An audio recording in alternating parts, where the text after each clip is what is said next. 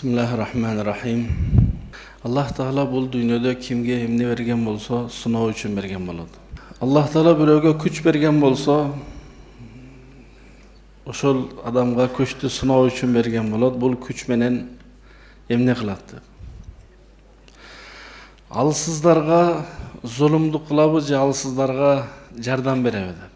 Allah Taala biröge akıl, danışmandуулuk bergen bolsa, bul sınao üçün oşonusu menen biröөлөрgө tuura kеңеш берип, жакшы ой пикирлерин айтып, туura жолго салабы, жол болсо өзүнүн эле пайдасын ойлош үчүн иштетеби. Аллах Таала biröөлөргө байлык берген болсо, бул дагы сыноо үчүн. Себеби ар бир адам өзүнө берилген нерсени бул мага гана таандык деп ойлойт. Жана мен өзүм кандай кааласам ошондой иштеткенге укуктуумун деп ойлойт. Албетте, эгер сыноо дүйнөсү болбогондо ошондой болот эле. Бул дүйнө сыноо дүйнөсү болгондуктан бизге берилген нерсенин баарын меники, биздики, биз каалагандай иштетсек болот дебешибиз керек.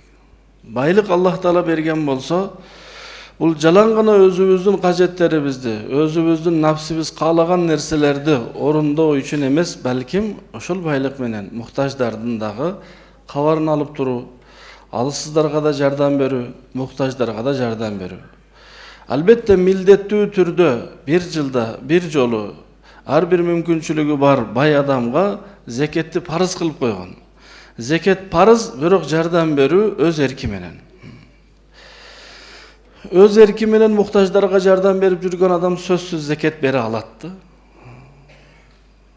Себеби бул адам көнгөн, адаттанган. Ал эми мүмкүнчүлүгү жок, байлыгы жок адамга дагы сыноо. Эмненин сыноосу? Бирөөгө бир нерсе берет эмес, балким бул адам бирөөдөн үмүттөнөбү же Аллахтан үмүттөнөбү. Биз колунда бар, мүмкүнчүлүгү бар жакыныбыздан үмүттөнүп көнүп калганбыз. Ошол үмүттөнүү Аллахтан болуш керек. Себеби эч качан адам адамды бай кыла албайт. Адамды Аллах Таала гана бай кыла алат. Ошондуктан үмүттөнүш керек. Үмүттөнбөй адам жашай албайт, бирок ошол үмүттү Аллахтан коюш керек. Албетте Аллах Таала сизге жардамды берет. Сиздин жакыныңыз, танышыңыз аркылуубу же өз казынасынан түздөн түзбү, бирок үмүттү Аллахка коюш керек. Бирөөдөн үмүттөнсөк, ошол адам бизге үмүттөнгөндөн кийин берсе дагы такыбачылыкта ошону алган болбойт. Себеби үмүттөнүп алган болуп калат. Ал эми байлыгы бар адамдар бир жылында бир жолу зекет берсе, калган жыл бою Аллах мүмкүнчүлүк берип жаткандан кийин зекет дагы башка үммөттөргө окшоп байлыгынын тең жармысы эмес. Бизден алгачкы үммөттөрдүн зекети байлыгынын тең жармысын бериш керек эле. Азыр тең жармысын эч ким бере албайт. 40тан бир бөлүгүн, 40 сомдон бир эле сом аны дагы жакындарына, туугандарына, кошуналарына. Ал эми дыйкандардын маселесинде дыйкандарга Аллах Таала өтө береке берет. Канча эккен болсо ошону 2 эсе, 3 эсе, кээде 5 эсе кылып берет. Мына дыйкан Аллах Таала берген түшүмдөн 10дон 1-ин жада калса үйгө алып кирбей туруп, жердин үстүнөн эле өзү жашаган жердеги муктаждарга үйүнө алып барып берип дуасын алуу бул милдет. Муну ошур деп айтат, 10дон 1-и. Биздин Ханафи мазхабыбызда фикх китептеринин баштапкы китеби Мухтасар Викая. Ошол жерде ошур тууралуу жазылган фи қалили ма ахраджатул арду ва касирихи ал-ушру. Жерден чыккан аздыр, көптүр нерсенин 10дон 1-ин берүү важип болот. Дыйкан албетте адал мээнет жасайт, көп иштейт. Аягында чыккан түшүмдөн 10'dan birin vergisi kelbeydi. Sebebi özü meynet kılgan. Biri bolsa meynet kılbayla öýünde jatkan. Uşul sunodu. Allah Taala kaysıl bir nersenin tüşümün, kartoşka, piyazbı, kapusta bolsun, emnedir bolsun, oşonun 10 tonna berdi deyli. Kantip 1 tonnasını alıp barıp durup, iştebegen biröge, jardam berbegen biröge, üyüne tüşürüp beret. Muna uşul sunodu. Bul meniki emes dep alıp barıp beriş kerek. Bul meniki emes, bul muhtaç adamlardan akısı.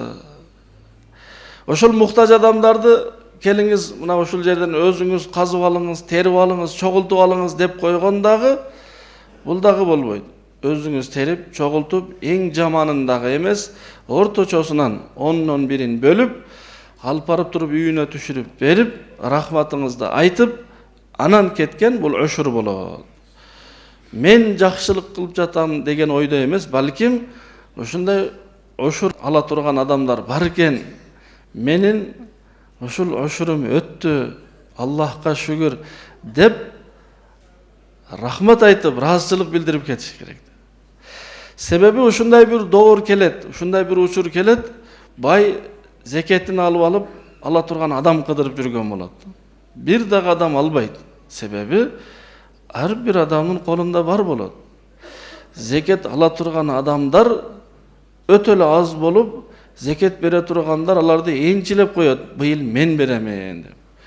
Hazır bolsa Allah'a şükür, al doğur keleyelek, zeket ala turgan, üşür ala turgan adamlar köle. Oşuğa şükür aytışımız kerek. Allah'a şükür bar dep. Üyge alıp kirgenden keyin çıkarış kıyın bolat. Üyge alıp kirdiңiz mi 10 tonnanı kantip kayra çıkarasız. Sebep sizin esebiniz var. Oşol esептеп jatkanda жерге işletken karajatты sanabay 10'dan birin çıkarış kerek. Жерге uşunça may işlettim, uşunça adam saldım, uşunday boldu dep karajattardı ketken расходторду çıgarbay turup taza oşol tüşümdün barынан эле 10'dan birin bölöbüz dagı, baylay turganын baylap, kapka sala turganын salıp, alıp barıp turup, tuğan bolsun, muhtaç bolsun. Oşolorgo bersek, kançalık sүйünöt. Bir adamın kışkı kartoşkasını alıp barıp berdiңiz, kışkı piyazını alıp barıp berdiңiz, bir adamga bir yıl jete turgan buğdayını alıp barıp berdiңiz, жүрөгүнөн разы болуп сизге батасын берет. Мына ошолордун разычылыгы, muhtaç adamдардын батасы менен Allah Taala sizge kalgan 9 bölügüne ошондой берекет берет. Kийинки жылга чейин сизге жетип, анан кийинки жыл дыйканчылыгыңызга дагы ашып калат. Ошондуктан дыйканчылык кылгандарыбыз өз дыйканчылыктарыбызда дагы ошол жерден да сооп табышыбыз керек. Ошол жерден да пайда табып, үйгө алып келген түшүмдү берекелүү кылып алып келишибиз керек. Берекелүү деген эмне дегени?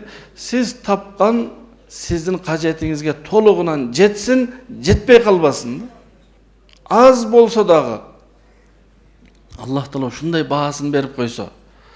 Bir жылдары өзүңүздөр билесиздер. Азыр 10-15 сомго алып жаткан пияздын эле баасы 100 сом болду. Başka жылдары 10 tonna piyaz algan adam ошол жылы 1 tonna algan bolsa boldu. Бирок ошондо дагы piyaz 100 сом эмес 1000 сом болсун. Эгер биз ошурун берген эмес болсок, анда берекеси жок болот дагы, кийинки жылы дыйканчылык кылууга кайра эле карыз алабыз. Же бирөөдөн карыз алабыз, же банктан карыз алабыз. Ошондой болбош үчүн биздин түшүмдөрүбүз берекелүү болсун үчүн баарын так санап Аллах менен эсептешебиз. Эч ким сизден келип сурабайт канча түшүм алдыңыз деп. Кээ бирөөлөр эмне дейт? Биз баарын бир санай албайбыз. Мисалы бадыраң эккендер биз ушул бышканы унутуп алып барып сата беребиз. Эсеп китеп деген бар да сизде. Канча саттыңыз, канча килограмм саттыңыз. Мына ошонун 10'dan birин баасын берип коюңуз муктаждарга.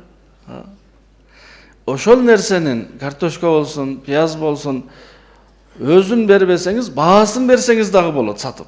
Muhtaç adamlar бар, аларга budaydı kayaka koyot эле, же эмне кылар эле, сатыңыз budayды, акчасын бериңиз. Бирок бериңиз да. Ananırak deseniz бере албай калышыңыз мүмкүн. Бере албай калсаңыз эмне болот? Бир жагынан карыз болот, экинчи жагынан эстетиңиз бирөөдүн акысын жеп жаткан болосуз. Бирөөдүн акысын балдарыңызга берип жаткан болосуз. Ой келиши мүмкүн, мен иштесем, мен эксем, түшүмдү мен чогулсам, бирөөдүн акысы кандай? Сонун мына ушул жерде. Береби бирөөдүн акысын, бербейби? Өзү ошол бардыгын Аллах берди го. Ошол жылы өспөй, өнбөй калганда эмне болот эле? Аллах Таала берди.